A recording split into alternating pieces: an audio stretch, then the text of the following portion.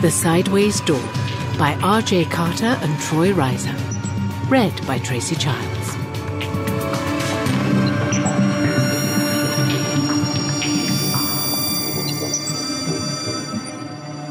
Prologue. Tired as he was, the young army lieutenant dozed uneasily on the train ride to London from the coast. Lungs scorched by chlorine gas a few weeks before, Jonah Rankin could not sleep lying down. Lying down filled his lungs with fluid. Lying down was drowning.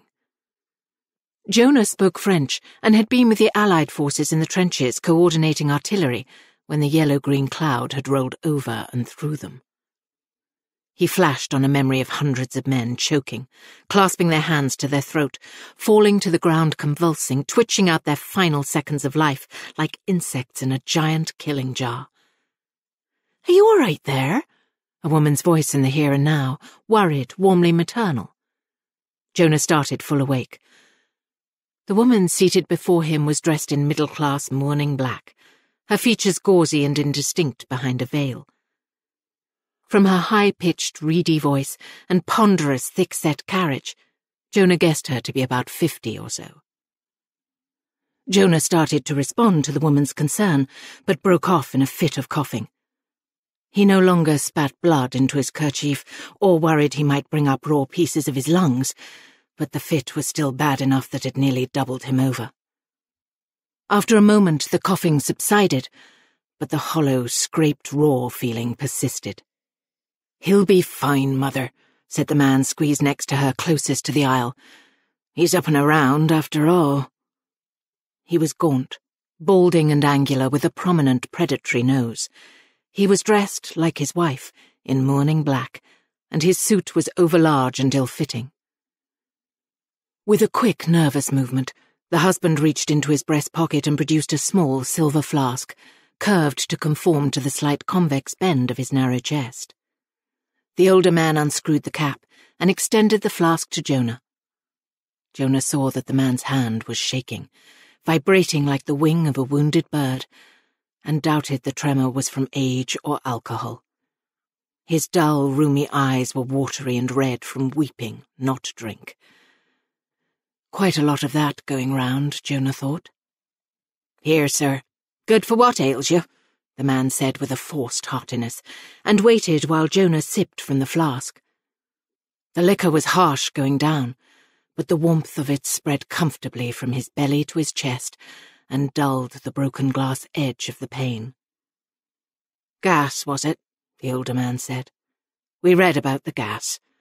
Nasty bit of business, that." Jonah handed back the flask and mumbled a thanks.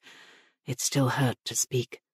The older man acknowledged his thanks with a tired nod and turned his attention back to the Times. The woman who had seen Jonah take in the colour of their clothes said simply, "Our son. He was at the salient." "So was I," he whispered hoarsely. She brightened. "Private Johnny Moorhead? Did you know him?" Still facing forward, the husband said, "There were thousands of boys there, Liz.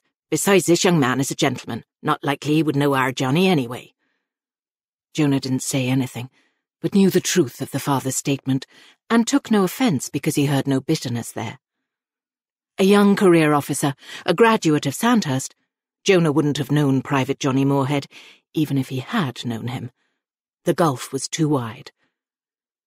"Fred and I are off to claim the body," Johnny's mother said. "What they could find of the body." "Please, father, enough of that. You're being an imposition." "Not an imposition," Jonah said. "Glad for the company, thanks." It was a lie, of course. He wanted nothing more than to be left alone, but he knew no way to say so without causing offence. Jonah felt the tickle in his throat that threatened another spasm, closed his eyes and willed it away until the feeling passed. "So sorry for your loss," he said, or tried to say. The words came out as a croak. Mrs. Moorhead saw his discomfort and clucked her tongue. "Don't try to talk, dear. We can see how much it tries you." "We just want our boy home," Fred said, more to himself than to anyone, almost too low for Jonah to hear. Jonah settled back in the worn upholstery of the seat. "Soon," he thought, "I begin my assignment at the ministry." Colonel Merrick, his regimental commander, giving him the news in hospital, had assured him that solid staff experience added much-needed diversity and administrative polish to an already promising career. Over time, Jonah had been told, he might even come to view the gas attack as a blessing.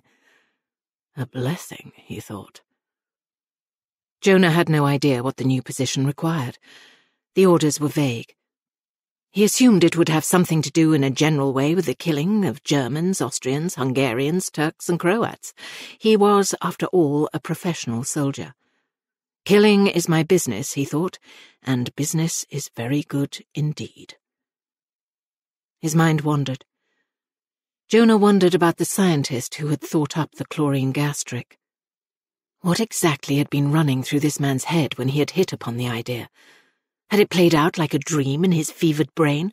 All of those poor blokes writhing and choking in the mud? Or had it been more like a particularly difficult mathematical abstraction? Killing ratios and all that, worked out on a blackboard, refined with a slide rule.